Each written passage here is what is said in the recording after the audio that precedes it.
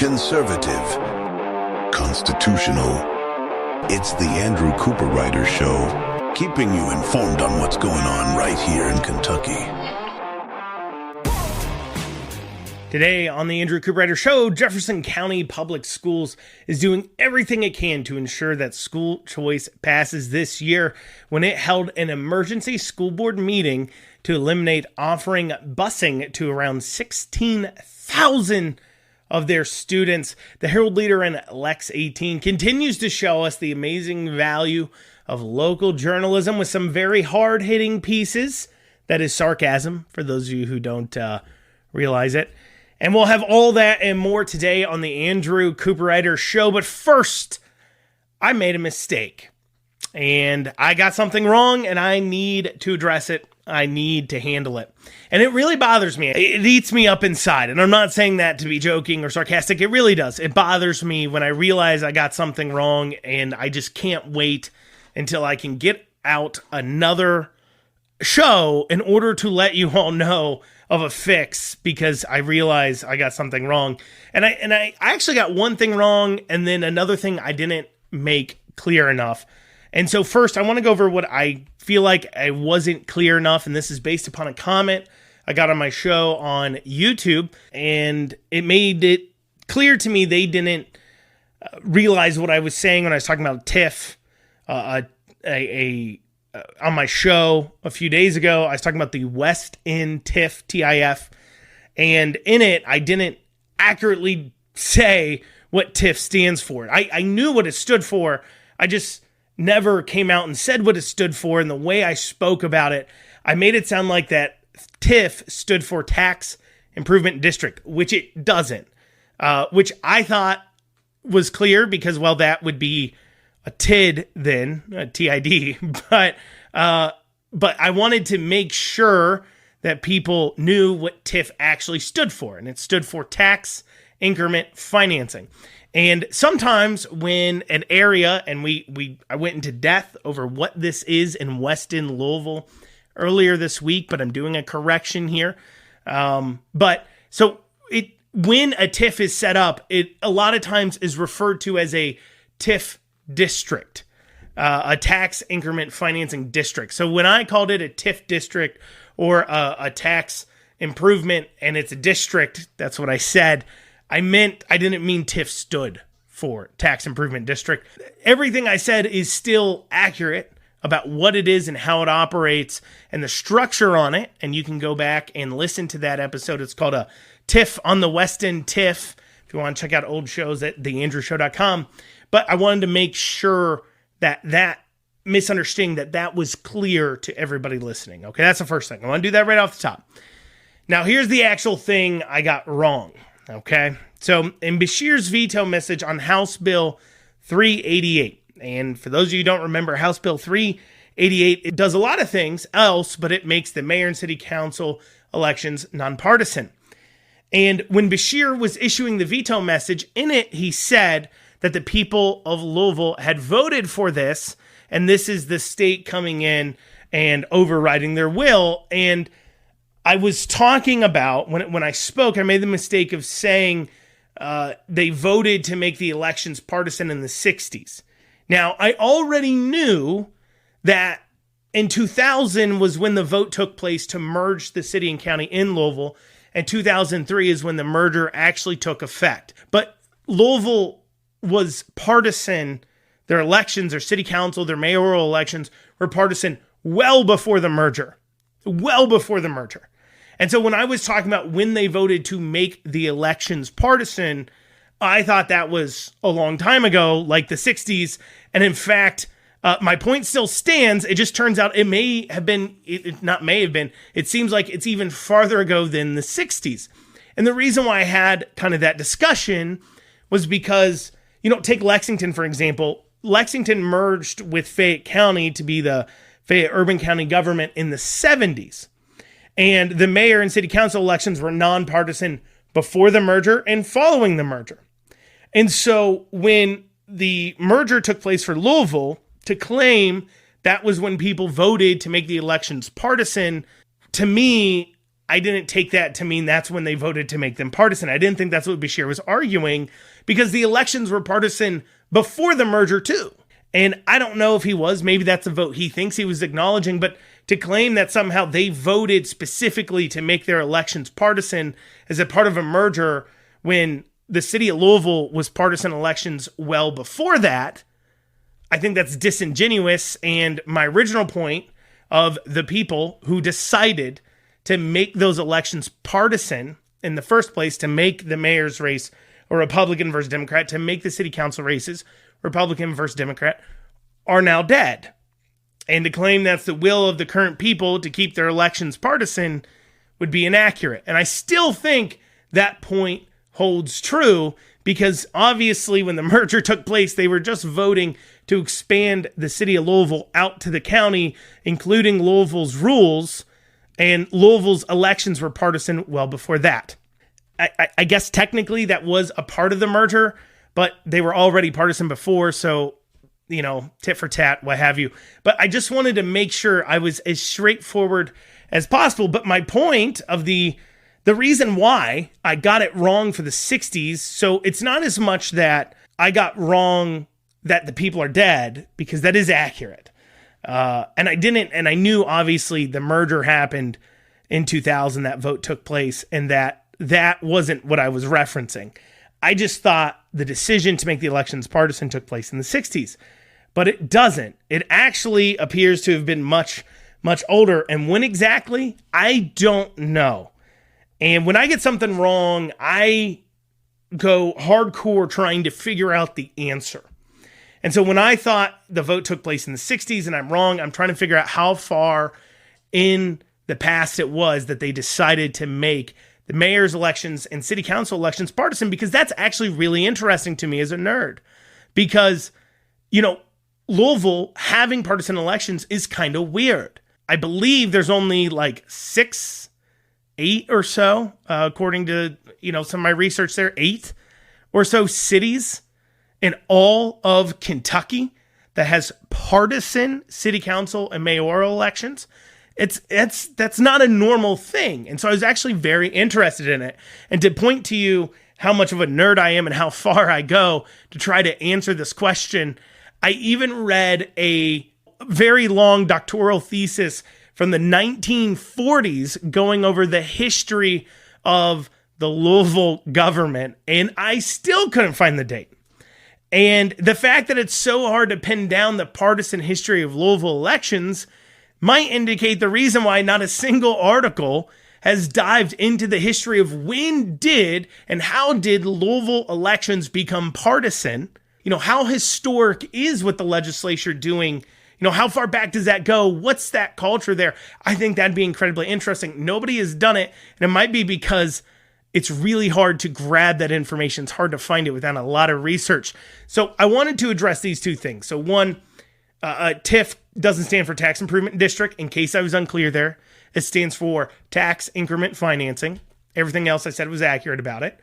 And then when it comes to voting to make the elections partisan, Beshear may have been referencing the 2000s vote, which obviously those people would mostly still be alive that voted for that. However, if we're talking about the first time elections became partisan in Louisville, those people are dead. So my point to say that the people who first decided to make elections partisan are somehow the will of the people of Louisville that live there now is not, that's false. Those people are dead. So my point stands there still.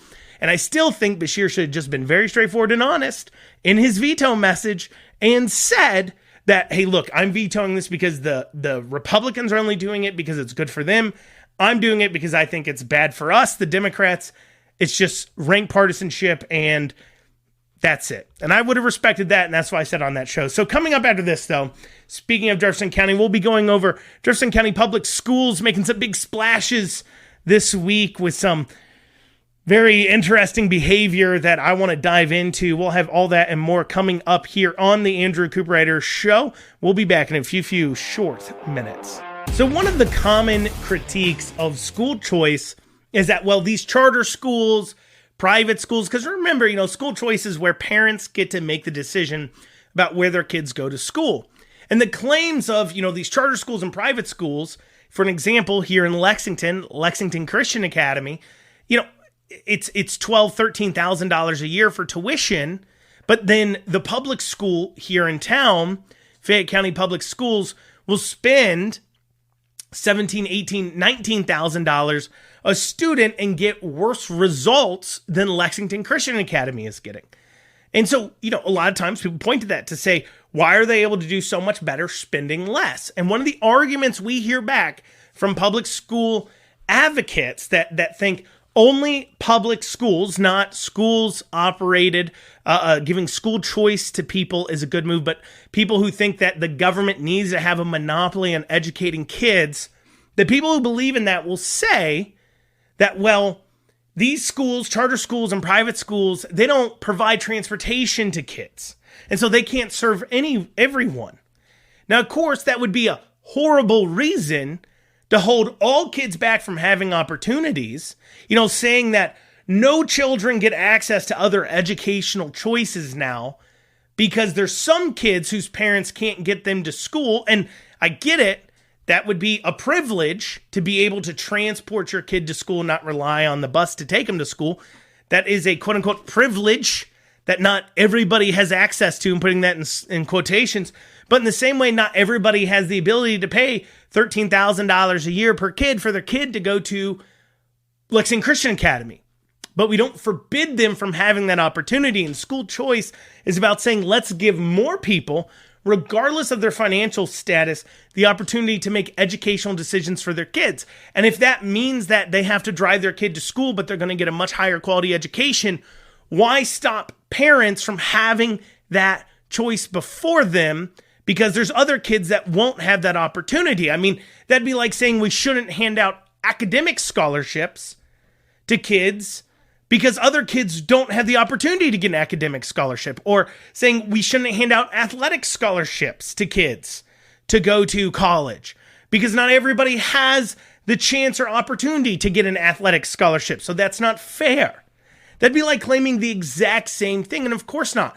We want to provide everybody to have every opportunity they possibly can, and to hold other people back from having the ability to get a high-class education simply because some kids don't have the ability to transport themselves, so they have to go to a different option that is currently available.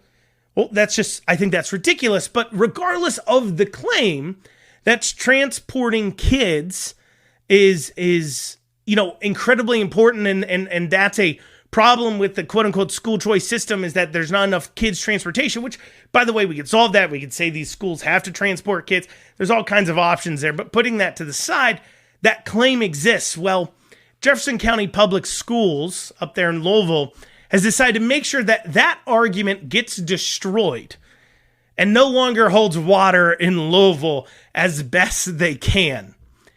Because what Jefferson County Public Schools did, they held an emergency, no public comment allowed school board meeting in order to end magnet school busing, and that cut would affect up to 16,000 students. 16,000 students.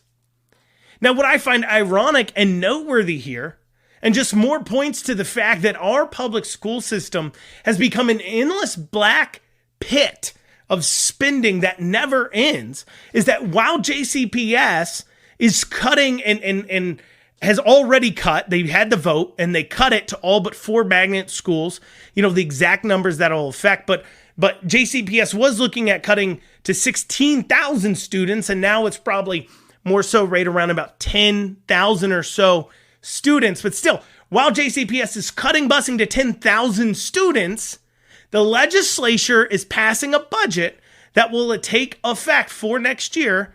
So the budget, literally, we only have another month or so left of this school year, another month and a week or two at the most of this school year. So they're making this cut in order to prepare parents in their mind. They're doing it now.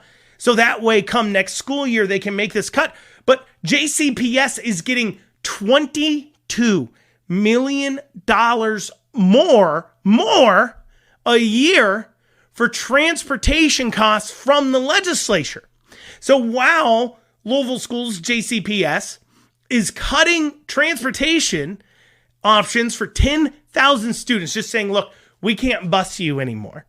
They're getting $22 million more a year from the legislature to pay for busing. On top of that, the legislature is also passing laws to allow more transportation options, to allow things like big passenger vans and those kinds of options to go on at the schools, and also to empower the bus drivers. Because remember, Jefferson County Public Schools, they had this big busing debacle early on at the start of this year, and their busing has just been awful, and they've had a shortage of bus drivers. And at one point, there was a sick out. You know, bus drivers aren't allowed to, quote unquote, organize, but there was a sick out of bus drivers, and they spoke with the media, and the union representing the bus drivers spoke with the media and talked about what the issues are that these bus drivers are dealing with. And they didn't list pay as a problem. What they listed was children's unruliness, that they wouldn't behave on the bus, and it's impossible to deal with them. There's nothing they can do. So they have the legislature passed a law dealing with that to allow there to be disciplinary plans on the bus and kids to be kicked off the bus. They gave them $22 million more a year. They gave them other transportation options to JCPS. But despite that, the legislature are kicking in tens of millions and loosening up regulations to JCPS. They still can't accomplish doing something that, oh, by the way, they've literally been doing for years. And so last night, they have the vote. And in busing to all but Wednesday night, they had a vote, an emergency meeting. And because it was an emergency meeting, public comment wasn't allowed. This didn't stop the place from getting full up. I mean, literally, their main room was full 45 minutes before the meeting even started. Parents filling up that place. And so they decide they move this meeting. It's an emergency meeting. They decide to go ahead and vote and in busing to all but 4 magnet schools. And so they're talking about magnet school busing. For those of you who don't live in Louisville, what that is, I don't live in Louisville, but to explain, you know, throughout the district, they have schools that are for different gifted programs, you know, gifted and talented. It's to create, sometimes they're music programs, sometimes they're STEM programs, sometimes they're just, you know, the best of the best kids can go to these schools. And it's a way of recognizing those kids who, for lack of a better term, are mentally or have some sort of talent that goes far beyond their peers. And rather than leaving them to kind of be, I don't want to say dragged down by the lowest kid, but instead of leaving them in a school where, you know, the teachers are not as equipped to challenge them because they're dealing with kids that are not as gifted as these children or don't have the same opportunities. Instead, they're going to go ahead and say, look, here's an opportunity for you to go to a higher class school, a better school. It's not your normal school that you'd go to, but here's your opportunity to have a chance at a higher quality education amongst higher, I don't want to say higher quality kids. That's not exactly what I'm looking for, but more advanced children, right? So, you know, if the advanced classes in other schools are like their basic courses and some of these, or some of them, it's a music programs. And so, you know, like I know in Fayette County, they have a magnet program around arts. And so, you know, you can have one school that you have extremely talented teachers in order to teach these kids that are gifted in the arts, gifted in performing arts, to be able to come in and learn from those teachers instead of every school having to have these very advanced teachers. And so that's what these magnet schools are. And so JCPS is saying, look, we can't bus your kids anymore. So if you want your kid to go to that magnet school, you're going to have to take them there yourself. Otherwise, you're going to have to go back to your neighborhood school and we'll transport you then on a bus, but we can't take you to magnet schools anymore. And that's the vote they had last night. And they voted to go ahead and do that because they just say they don't have the transportation. Now, you may remember, and I mentioned this earlier on, that the big issue early this year was that due to new routes and trying to figure everything out, and remember JCPS spent millions on a program to help them with it, but putting together these new bus routes to start off their year, and it was such a debacle that they literally had to cancel the first several days of school because of how awful it went.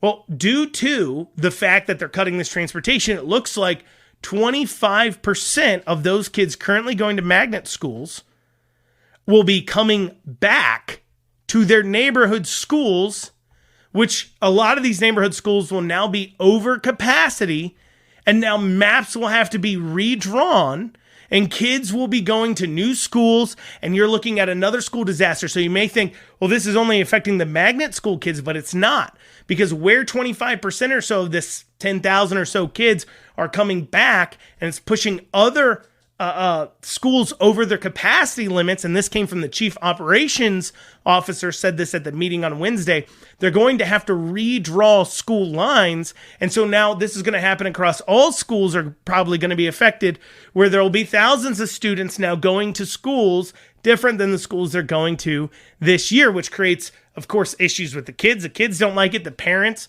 won't like it, especially if they like the school they are going to. They'll throw a fit. And then also you'll have the missed opportunity for the children. And all of this is just another school disaster that shows the incompetence of Jefferson County Public Schools. And this will push the school choice issue. I was recently talking to a political pundit, and I think this will greatly affect the school choice issue. I'll go over what I mean by that after this short break. You're listening to the Andrew Cooperrider Show, your source for Kentucky politics. And you're back with the Andrew Cooperrider Show, your source for Kentucky politics. Before the break, I was going over the JCPS's saga, Jefferson County Public Schools saga, on its busing situation continues, and children continue to be destroyed by it. But if ever there was a better advocate for school choice, it is Jefferson County Public Schools. And as I mentioned before the break, I was recently talking to a political pundit of sorts. Politics is a smaller world than a lot of people think, and a lot of us talk to each other. And I was talking to a political pundit who's a little more well-known, part of the mainstream media. And one of the things, we were talking about the school choice amendment. Would it succeed or would it fail? And one of the points he made is he finds a hard time of seeing where the amendment will build its coalitions. Because, you have rural areas, rural Republicans, or conservatives, or just rural areas in general, that it's going to be harder, he says, this was his opinion, to convince to do school choice. Now, my thing would be, look, there's all kinds of different opportunities here. There's nothing that says, they can't come up with different solutions that work for the area, but we can't even have the conversation. On top of that, we could point to the fact that we've got kids out in Eastern Kentucky driving an hour and a half to get to school, and if they had other options that were closer, they could pick it.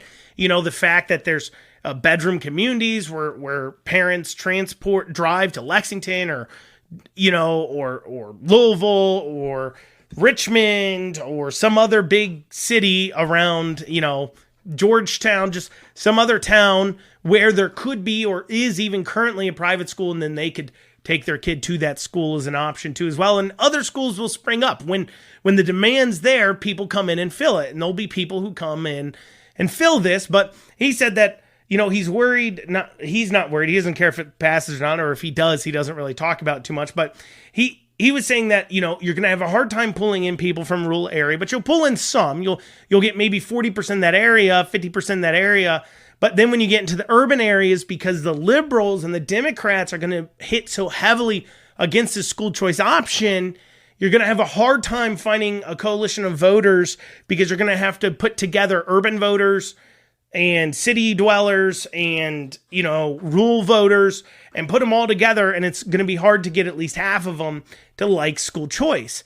But when JCPS continues to do these kinds of things, so you start off this year with the busing debacle, and now you have, starting off this next year, you're going to have kids going to different schools, changing what schools they end up going to, thousands of kids now not able to go to high quality magnet schools, stuck now at their local schools due to their inability to get their kids to school. And that creates consternation and a lot of problems. And I think you'll end up seeing potentially a coalition building now for school choice, because of these types of problems. And it is these types of problems that is driving people to look at this educational system we have, this public school system we have, especially in these urban areas, and say, wow, what a mess. Because here's the thing, on top of the busing issue, on top of that debacle, of that decision, you have more proof of what a complete failure JCPS leadership is, Jefferson County Public Schools leadership is, because the story doesn't stop with them removing this busing. Because this has now turned into like a snake biting its own tail story here.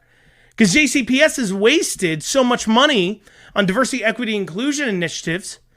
The same initiatives, by the way, that may point to a lack of resources for transporting kids that they supposedly don't have now, that point to, some of the behavior problems maybe that is happening on the buses, because instead of just punishing kids for misbehaving and not caring what color of their skin is, now we get involved with thinking, well, what's their gender identity? What's the color of their skin? Who are they? Instead of just saying, let's hold everybody to the same standard, they start picking and choosing different standards.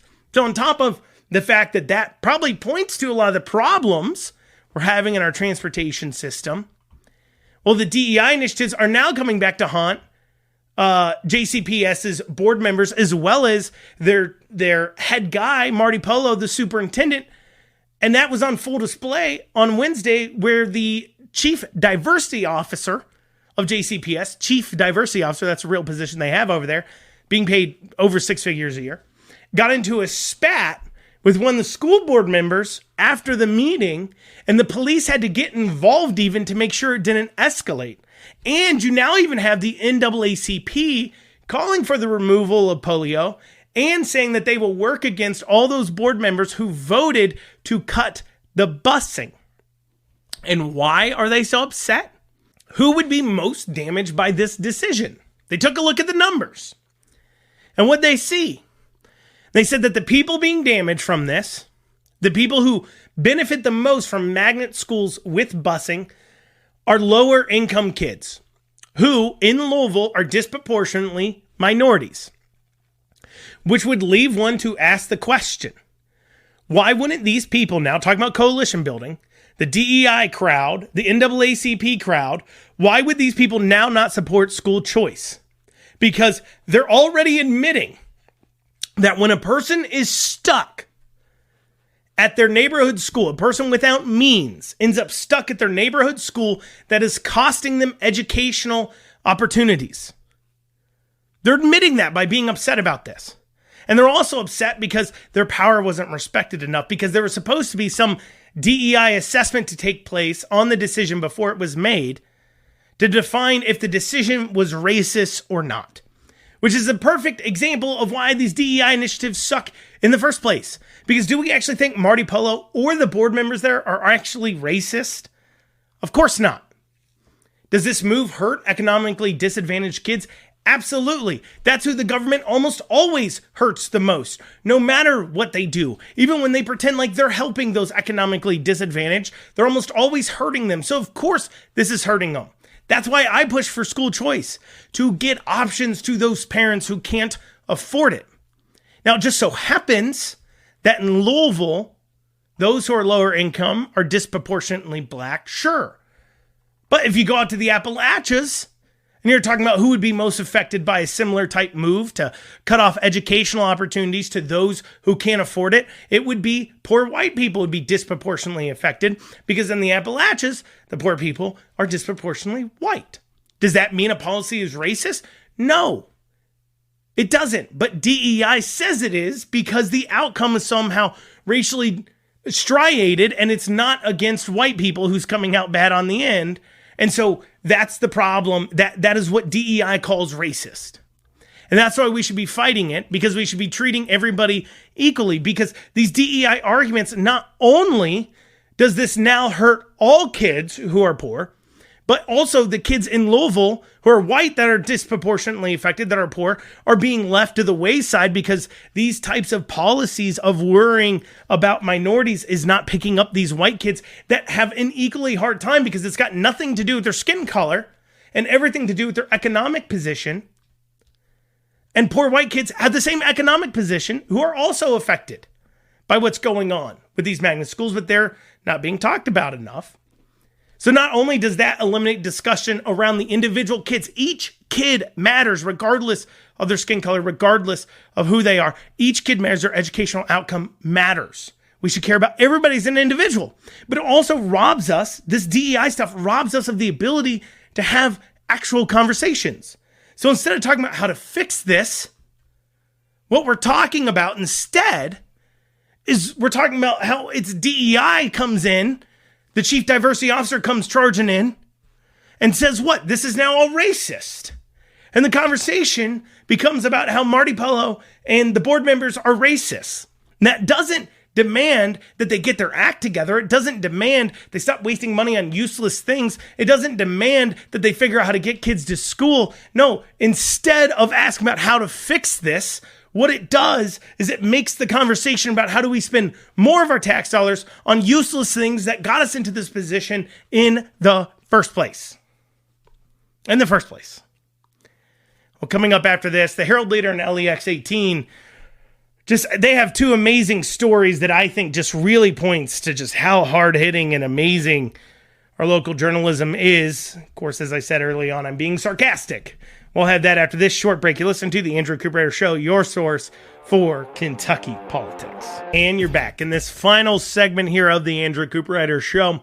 So LEX 18 and the Herald Leader have done just a bang-up job of hard-hitting local pieces. And, I know I dunk on media a lot, some of the more mainstream media in the area, but it's extremely frustrating to me that the amount of which people have no clue what's going on, or I see time and time again how these places are covering stories and how that so affects the outcomes. I look at many policies that have come into place from our legislature, laws that have passed from our legislature that literally only passed because of how the media covered it, or good laws that should have passed that the way the media covered it just made it near impossible to do. And so I know it's low-hanging fruit, it's easy to dunk on them, but I did see this the other day, and I couldn't not talk about it. So the first thing here is LEX 18 did this news story, and obviously those of you who live in the central Kentucky area, or pretty much the rest of Kentucky other than Louisville,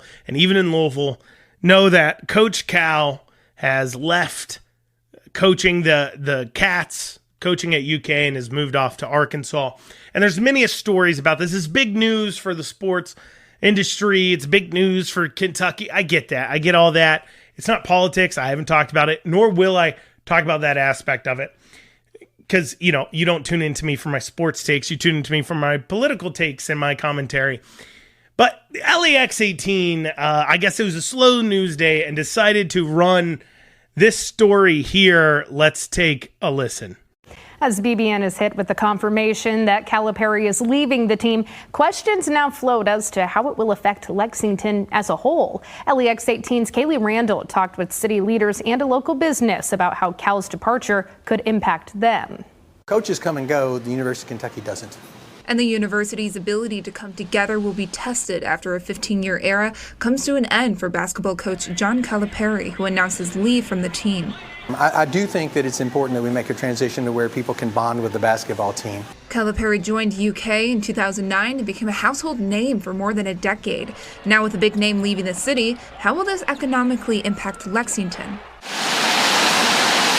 Jim Sawyer is the owner of Sawyer's in downtown Lexington. He says although Cal leaving has created a ripple effect, he doesn't believe it will touch his burger joint. I don't think it will impact economic growth for the city. The University of Kentucky has been here a whole lot longer than all these coaches, and we've been down here since the days of, I had Eddie Sutton as my first coach when I opened my restaurant. And city leaders have the same mindset. So they decide to run a story. They lead off with a question.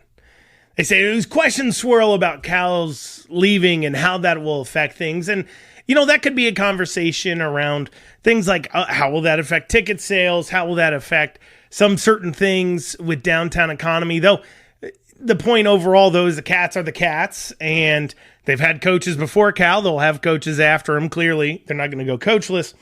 But what's funny to me is they start off with this premise. And this is where clearly they had a story they wanted to do. And their question is, will Cal's departure affect the economy. And you think when they interviewed the first business owner who was like, nah, we'll be fine. Nah, we're good. You think when they did that, they would have turned around and said, okay, there's no story here. Let's pack it up. Let's go find something else to run today. But no, they didn't. They proceeded. That piece is 2 minutes long total. And the entire takeaway from the piece is, no, this doesn't affect our economy really at all. We'll get a new coach.